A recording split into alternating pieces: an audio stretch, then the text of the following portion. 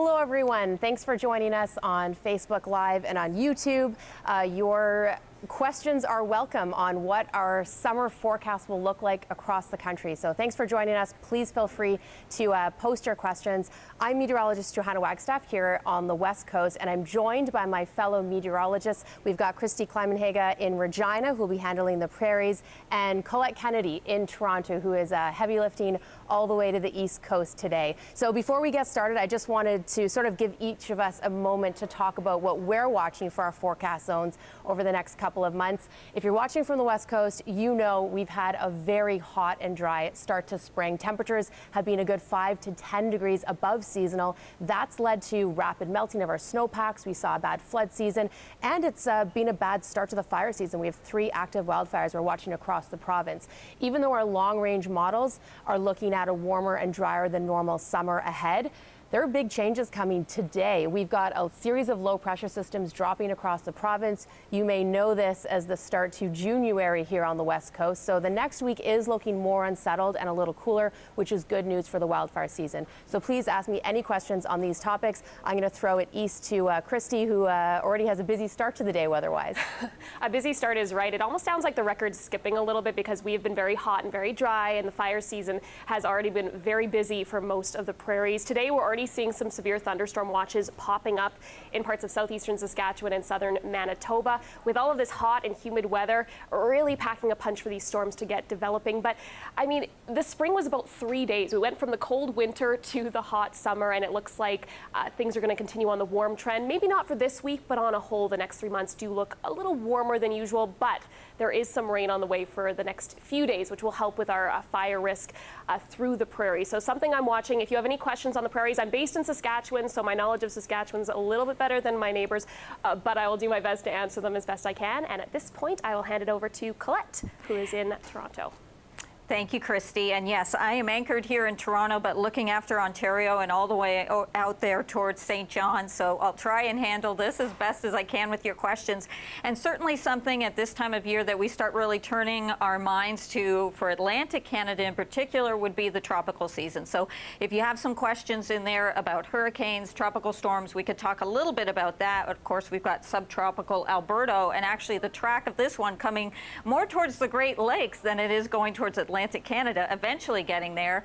Right now, the temperatures around this region through Ontario, we are seeing, well, some extreme heat. In terms of the average high for the month of May for the city of Toronto, for example, it's around 18 degrees if you average it out. We've averaged out around 22, but the last few days have been up there almost around and at 30 degrees. So some of that heat is going to keep transferring eastward. It's headed to our friends there in the Maritimes. And as we kind of think about what's going to be happening over the next few months, we go to Environment Canada and their kind of projections of what's to happen. We are looking at, when you get into some of these reds and oranges in here, the higher chances of seeing temperatures running above seasonal, and that's as we're heading into the summer months, in through June and into July as well. I'll send it back to you, Johanna. Yeah, I think we're already looking at a very interesting weather day across the country. You guys are in luck. I'll be taking your questions. I can see them on my phone, and then I'll pass them on. We already have a question for Christy from Lena R. Heisler. How hot in the prairies? So I'm thinking she's asking what the summer forecast for temperatures are looking like across the prairies. Christy? Thanks, Lena, for your question. It's a great question because we're coming off the heels of, I mean, a cooler winter, at least at the end of the winter, but last summer was very hot and very dry, and it looks like this summer might be a little bit of a repeat. Now, will it be as dry as last summer? I mean, remember, back in July, areas like Regina saw not even a thimbleful of water falling from the sky, so it was incredible, the drought. I do have a couple boards. We are seeing some cooler weather this week, as well as a little bit of thunderstorm activity, some showers, which is going to help out. But temperature-wise, it has been very hot, and it looks like that's going to continue for the most part over the coming months. That's what Environment Canada is projecting for the next about 2 to 4 months, is warmer than normal temperatures. Now, here's a look at this. These are our May drought conditions. Now, this is as of about a month ago. They haven't actually put out new conditions from Agriculture and Agri-Food Canada, but you can see drought conditions remaining for much of southeastern Saskatchewan into parts of Manitoba, where it has been incredibly dry. But the only good news with this as we head into the next couple of months is we're heading into kind of our monsoon season in the prairies, where we're going to be seeing the bulk of our yearly rain falling in the next few months, or what is supposed to be the bulk of our yearly rain. So that is good news, but the heat, something we've seen over the past week, it might be something we have to get used to a little bit this summer. So I'll throw it back to you, Joe. Well, we've got more questions on the summer heat for Colette. In fact, Jonah Simon is wondering what the summer looks like for New Brunswick, and Greg Goricki is wondering what it looks like in Toronto. Colette, are you seeing any connection between Ontario and East Coast weather over the next few months? Actually, I am seeing a little bit. I'll see if I can back my map up here and just take us back to where we were. But we'll go back to the seasonal outlook here in just a moment as I cycle through these maps. But in the meantime, what I would say is what we're seeing is that the projection over the next few months for the entire area, and that's going all the way, maybe with a bit of an exception there towards extreme northwestern Ontario, but otherwise through the Great Lakes and all the way out through the Maritimes at least, we're looking at temperatures generally probably being warmer than what seasonal averages are. I used the example earlier of Toronto, that for highs in the month of May, it's usually around 18. We've been around 22, and like we're in the upper 20s right now. So for our friends there in New Brunswick, those upper 20s are heading in your direction. It'll be moving in towards Fredericton. We're going to see this even Edmundston. And that's just in the next few days. But over the long range, I'm seeing those areas like western and northwestern New Brunswick looks like could be a much warmer summer than perhaps average. And then for the rest of New Brunswick, perhaps closer to average or a little bit above.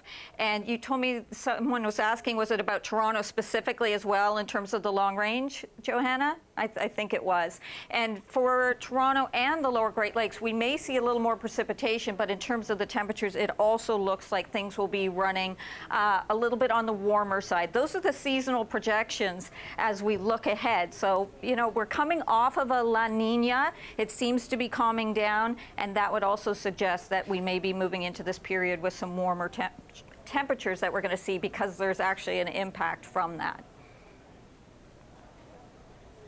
Yeah, La Nina is going to really affect the forecast for the whole country. As Colette mentioned, that's what we're coming out of. I've got a question from Amy, who says, don't forget about us in the Northwest Territories. Just taking you back to the map that Colette was looking at. This is, again, the seasonal forecast for the next 3 months from Environment Canada, and it shows the level of confidence in the temperature projections. And much of the Northwest Territories is going to be under the same influence as the west side of the country. So again, looking at that waning La Nina, possibly moving into an El Nino, which normally means warmer than normal over the next few months. So a good chance, or a higher confidence chance, that at least the southern half of the Northwest Territories will be warmer than normal. Interestingly, for those of you watching in the north, the one exception to this hot forecast is up towards Iqaluit, and that's where it does look like we'll come in cooler than normal, again, because of these changing jet stream patterns due to this waning La Nina and building El Nino. Interestingly, we don't always have really good clues about what our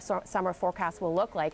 Our summers have been getting or have been trending warmer and hotter, but we really need one of these large-scale pattern clues like a La Nina or El Nino to give us confidence.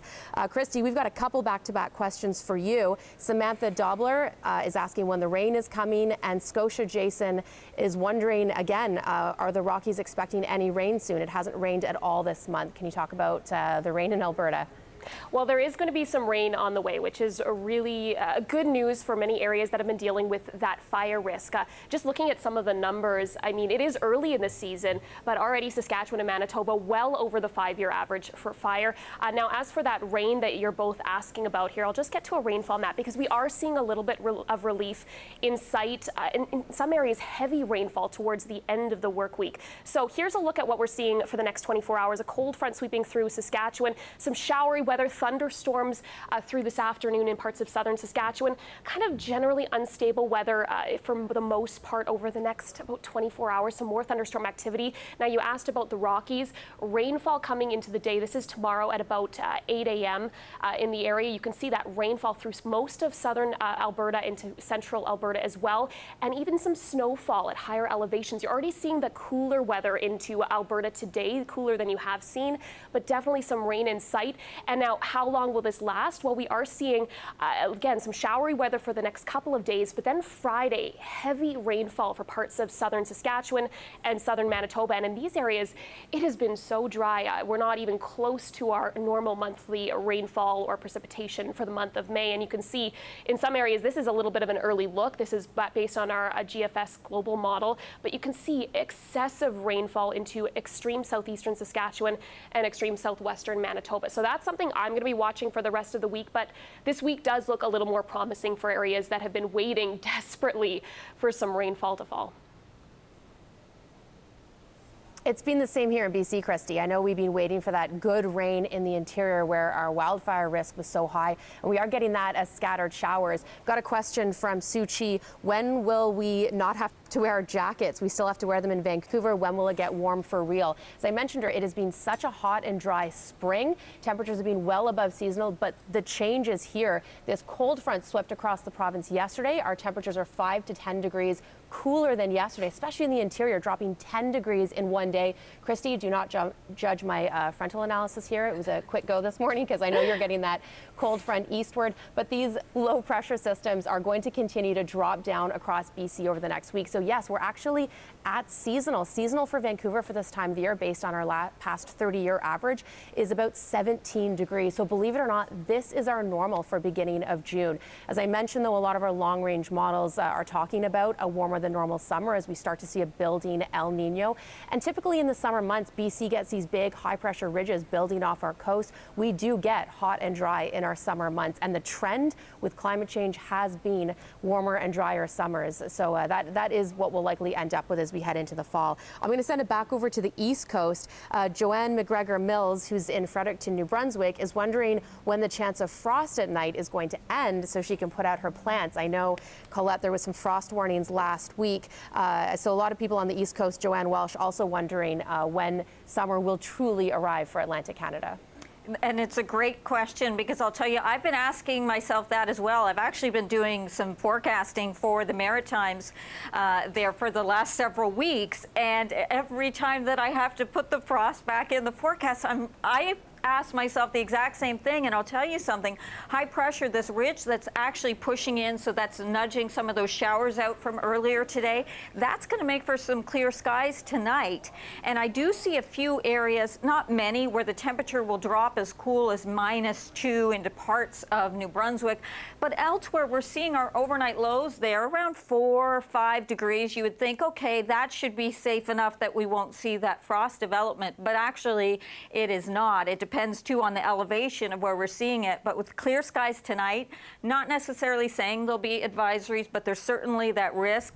And I do think we're going to have to take this into possibly another week or so. But as we're coming into June, I really think we're getting away. We're seeing less and less of it, and those overnight lows have been creeping up more and more, and not just for New Brunswick or parts of Nova Scotia, but into PEI and even towards Cape Breton Island. So I actually am seeing that trend where those temperatures are getting warm enough of the mixing of the air too, that we won't be seeing the frost. But this high pressure tonight, I can't help you there. We've got another chance. You still got to, for the plants you can protect, it's not that helpful for the crops, but the plants you can protect, I'd say let's give it another week and we should be a little bit safer. Johanna? Well, Christy, I know that's something you're watching as well, really important for the farmers across the prairies. What are you seeing frost-wise?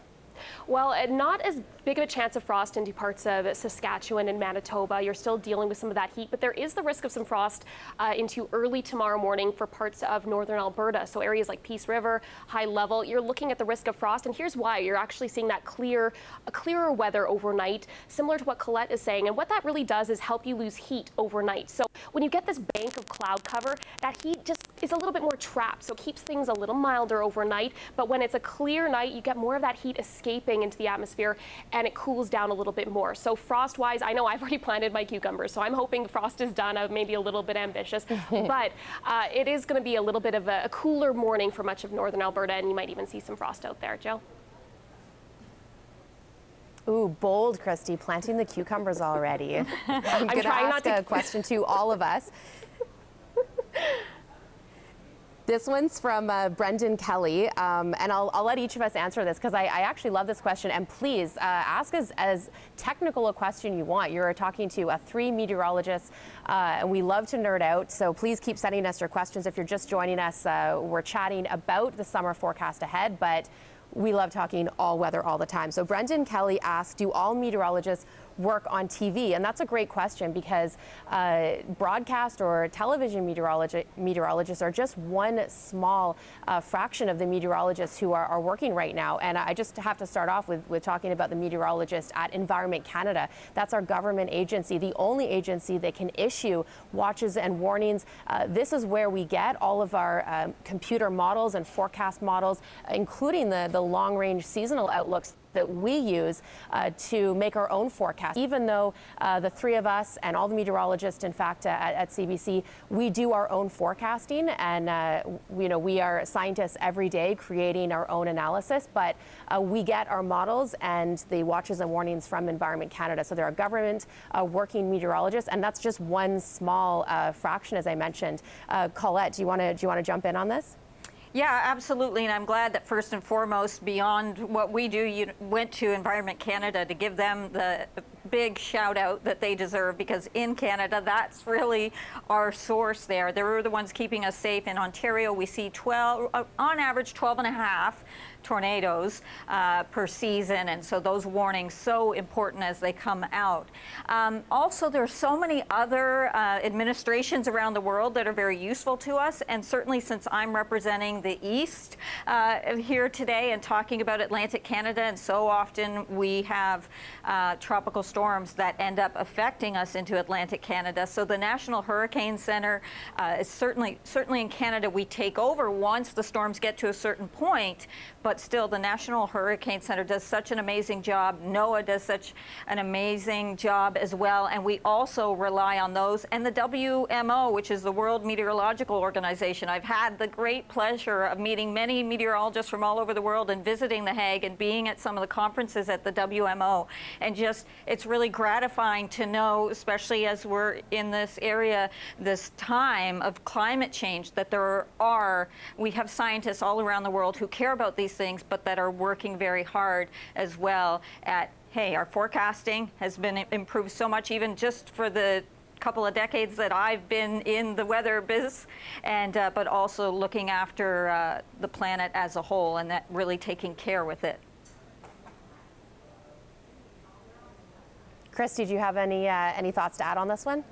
Yeah, totally. I mean, Environment Canada is the one I know a little bit better because I actually did a 2-month course at Environment Canada for a summer to kind of see what they do, because they do amazing work. As you said, they're really providing us with the watches, with the warning, with the information that we're getting, and we can interpret on our own. But it's a really cool place. A lot of my classmates actually still work there, and there's an aviation sector and then a regular weather forecast center. And they take these maps they're huge, and they're actually drawing on different weather patterns, analyzing every little bit, and going into that forecasting area. It's really cool. It's like you're going into like FBI headquarters. You have to go in and it's all dark and everyone's very intense. So it's really neat, and they do such great work. So, I mean, you see us as meteorologists, but there are so many meteorologists behind the scenes that are helping us to help you.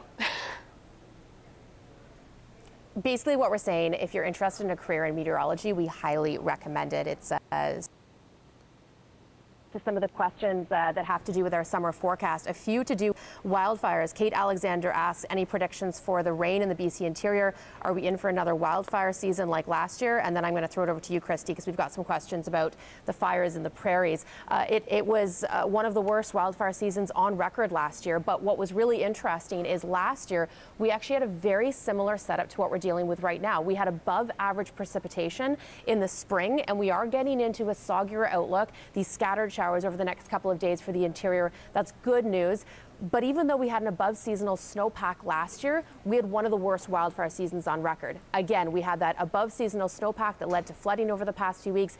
And now the forecast, the long range forecast, is for hot and dry. And talking to a lot of wildfire specialists out on the West Coast, that switch is so dramatic, and our wildfire seasons are getting more extreme, longer, both when they start and when they end, as we move into a hotter and drier climate. So unfortunately, we can't really use those clues about the kind of snowpack and how moist the soil was in the winter months, I should say. What is helpful is the June, and if we can get a lot of rain, that may help our wildfire forecast for July and August and September.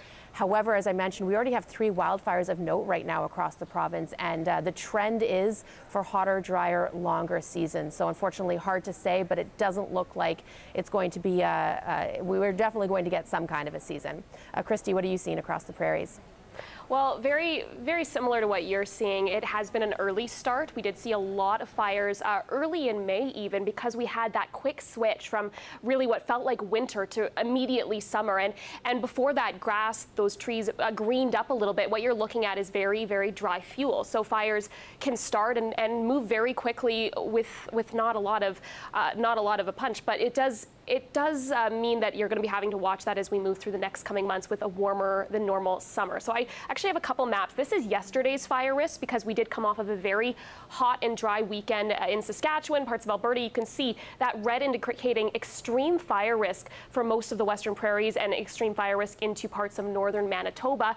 And now we're getting into a little bit of cooler weather, a little bit of showery weather. And look at today's fire risk, dramatically different. So this is something that I like to look at too, because it can change so quickly. It doesn't take much to get that fire risk bumping up or bumping back down. So, I mean, if we have rain every few days this summer, maybe it won't be too bad. But if we're trending towards a very hot, very dry summer, like the models are showing, then it will be a concern through most of the summer. We've already seen a lot of fires, and we could see quite a few more. Now, with that, the hotter it is, the more rain you need to combat that heat. So it'll be something to watch on and off. I know I have these maps queued up every day trying to see what the situation is looking like, but it is something that we'll have to watch this summer, because it's probably going to be something that is a recurrent theme through the summer.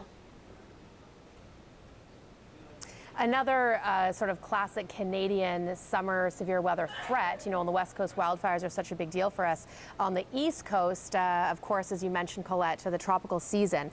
Kevin Charis asks, are there any chances that a hurricane makes first landfall in the eastern provinces, or are we far enough north that we'll only get the tail ends? And Eric Holm Anderson also asks what your thoughts are for the hurricane season. So take it away, Colette. Okay, thank you. Well, first of all, with that second question, I can go ahead and show you what the predictions are. They're not just my own. This is actually coming from NOAA, and a lot of scientists working on this. So we'll show you what the prediction is for this season.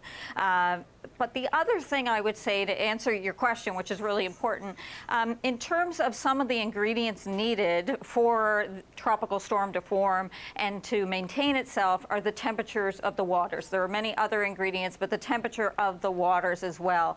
And because of that, even though the Gulf Stream runs along the eastern seaboard and it does pull some of that warm tropical ocean water further to the north, it doesn't bring it enough north that that it could continue to maintain these storms, that their first landfall at that strength would be in our Atlantic provinces. So in a way, that's a good thing. In terms of answering that question about what the year looks like, in terms of named storms, the projections from NOAA are 10 to 16, on average 12, so at least average kind of falls in there, but we could be on the higher side of things for 2018. Hurricanes, so in terms of increasing strength to becoming hurricane strength, that's 5 to 9, average is 6. So again, it could fall a little bit on the above average side of things. And major hurricanes, that would be a category 3 or higher. And with that, the prediction or projection is that we may have as many as 3 of those. And just to give you an idea of what those wind speeds would be like, then you're talking about with a category 3, and this is up to 5, 178 kilometers an hour to over well over possibly 250 kilometers an hour. So certainly something that kind of helps, I think, is that we're seeing the La Nina starting to sort of turn more to what they would call, the WMO would refer to as the ENSO neutral. So when we talk about ENSO, just stands for the El Nino Southern Oscillation. So it's those waters, the equatorial waters there over to the west of South America. When their deep waters are cold, then it's more of a La Nina. When those are very warm temperatures, it's more of an El Nino. And because we're going more neutral, that may help a little bit. But if we start to tend towards the El Nino, that will change things for both the Pacific and the Atlantic basin. Johanna? Certainly going to keep us on our toes, all of this active weather. And speaking of active weather, these are just fantastic questions, by the way, for everyone sending them in, and we definitely have time for a few more. I've got one for Christy. Speaking of severe weather, Brittany Dare asks, is there going to be any storms in Calgary? And this is probably a good time to talk about the active weather you're seeing today.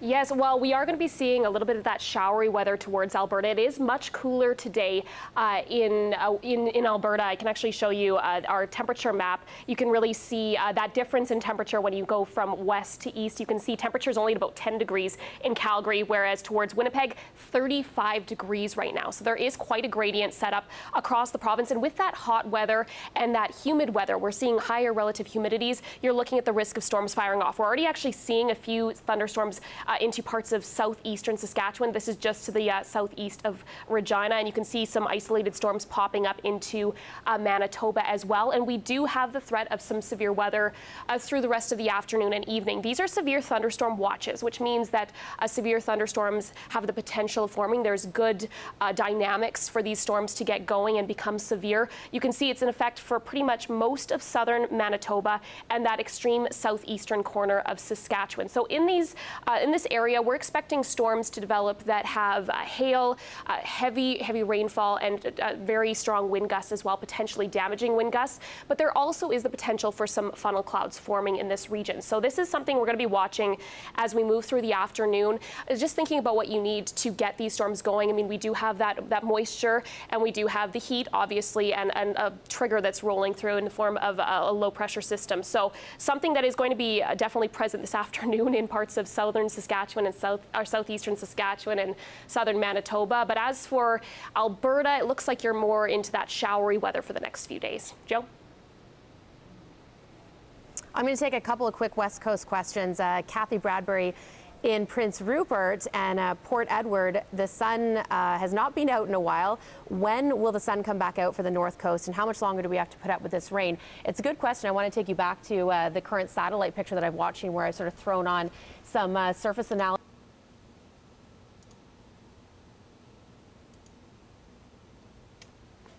Couple of days, even though most of BC has been hot and dry, the exception, the North Coast, and that's because we've had these big high pressure systems build in the central portions of the province that directed air and moisture up and over and basically to the North Coast. So you are definitely the exception for us. And with these series of lows moving down across the province, unfortunately, looks like you're going to stay soggy for the next little while. And looking at your long-range outlook, northwestern BC also not high confidence that it is going to be a warmer than normal summer. You're not actually in the trend for warmer than normal. And it is because we get these low pressure systems developing in the Alaska Panhandle that drop down, especially in June. You will see some sun again, but definitely be prepared to keep the umbrellas a little longer. I've also got an interesting question I just wanted to ask, and I do think we've got time for a few more. This one about the Hawaii volcano. So a really interesting question about whether or not, from Dan Moynihan, whether or not the recent eruptions are affecting weather across the country. And when we do see large explosive volcanoes, we can sometimes get that ash entering up into our jet stream levels. That has in the past changed long-term weather patterns all over the world. In this case, this type of volcanic eruption, the ash isn't getting that high. We're seeing some of the highest ash explosions up around 13,000 feet, which is starting to impact some of the flights in the areas, but again, not high enough that it's getting caught up in the jet stream and wrapping all around the world. But a really interesting question, and obviously fascinating stuff happening in the Hawaiian Islands. These are just great questions. I'm going to give one to Colette, and this is one that feel free to jump in afterwards, Christy. James Hagerman asks, what determines the position of the jet stream? And I know, Colette, you sort of end up getting the tail end of the jet stream that runs typically west to east across the country, and there's some really interesting factors. Again, any one of us feel free to jump in, but Colette, I'll start on the East Coast where you get the tail end of our jet stream. Sure, absolutely. And there are so many factors at play here. And one thing often that we talk about is what's happening at the pole, at the North Pole with the high pressure. And when we're seeing that very cold Arctic air that pushes out and it tends to push our jet stream further south, it tends to make those strong winds, an upper atmosphere of winds that tend to push our systems along, move a little further south, and it allows some of that colder air to spread out as well and spread down further south. If I'm talking about the east, then to the Great Lakes and over towards what's happening in the Atlantic provinces. When we see more of a push, for example, we have what's left of Alberta, so subtropical Alberta, we're seeing this push of some very moist tropical air that's coming up, and the jet stream's beginning to move a little further north here on the eastern half of the country. And then we get more of a bump in the jet stream. The warmer air pushes up. It's generally that dividing line, right, between the warmer air to the south and the colder air to the north. And it's allowing not only the heat we're seeing in Ontario, but that heat, as I was mentioning earlier on this Facebook Live, that heat that is pushing its way into New Brunswick and over the rest of the Maritimes in the next couple of days as we see the jet stream move more to the north. We also can get very deep troughs within the jet stream. When you have an area of low pressure, just keep in mind that's rising air, and those deep troughs then kind of help to fuel what's happening with storm systems, but they also, the jet stream tracks those storms across the country. Christy, did you want to jump in there? Yeah, I mean, you said it. That jet stream does govern where you get the storms, and in some ways it can really govern your summer weather. We saw that with last summer across Saskatchewan. It was the reason why northern Saskatchewan got quite a bit of rainfall, quite a bit of precipitation, in some areas more precipitation than normal, and the south was stark dry. What we saw was all of those storms being pushed kind of in this track across the prairies, just across central Saskatchewan, and so that meant a little bit of severe weather into the south with those cold fronts, but the bulk of that precipitation in behind those systems driving off the rain in northern Saskatchewan and leaving not a drop for the south. So it is really important. It's something we as meteorologists look at all the time to kind of get an idea of the trends for the next little while, because long-term forecasting can be very difficult. But when you look at that jet stream, it does give you an idea of if you are going to be getting a long stretch of hot, dry weather, or maybe some more storms rolling through. So definitely something important and a great question. Joe? Well, unfortunately, I think we're running out of time. We have to get back to our forecast. There have just been some excellent questions. We're going to try and answer some of them post live, but in a nutshell, the summer for most of Canada, as all three of us have been mentioning, the long-range seasonal outlooks definitely putting high confidence that it's going to be warmer than normal for much of the country. Exceptions in towards Iqaluit and parts of the Yukon and northwestern BC, where we don't really have any clues about what kind of season it will be. As far as precipitation, I know we had a lot of questions on precipitation. That's a lot harder to forecast.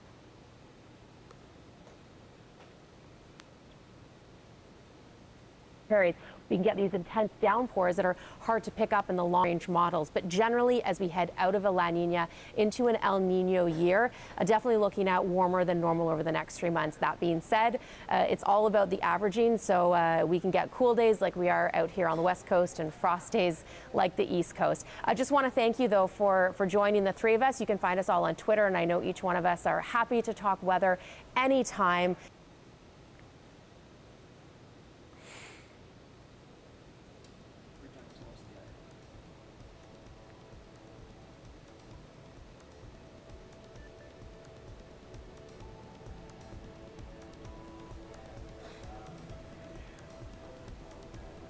We just lost Jo. It's the magic of Facebook Live. She is still there. Don't worry. She's alive and well. But thank you guys so much for joining. Again, as she said, if you have any questions, feel free to send them our way. We'll get them answers as best we can. And enjoy the summer heat. Hopefully get a little bit of rain along with it. Thanks so much, guys.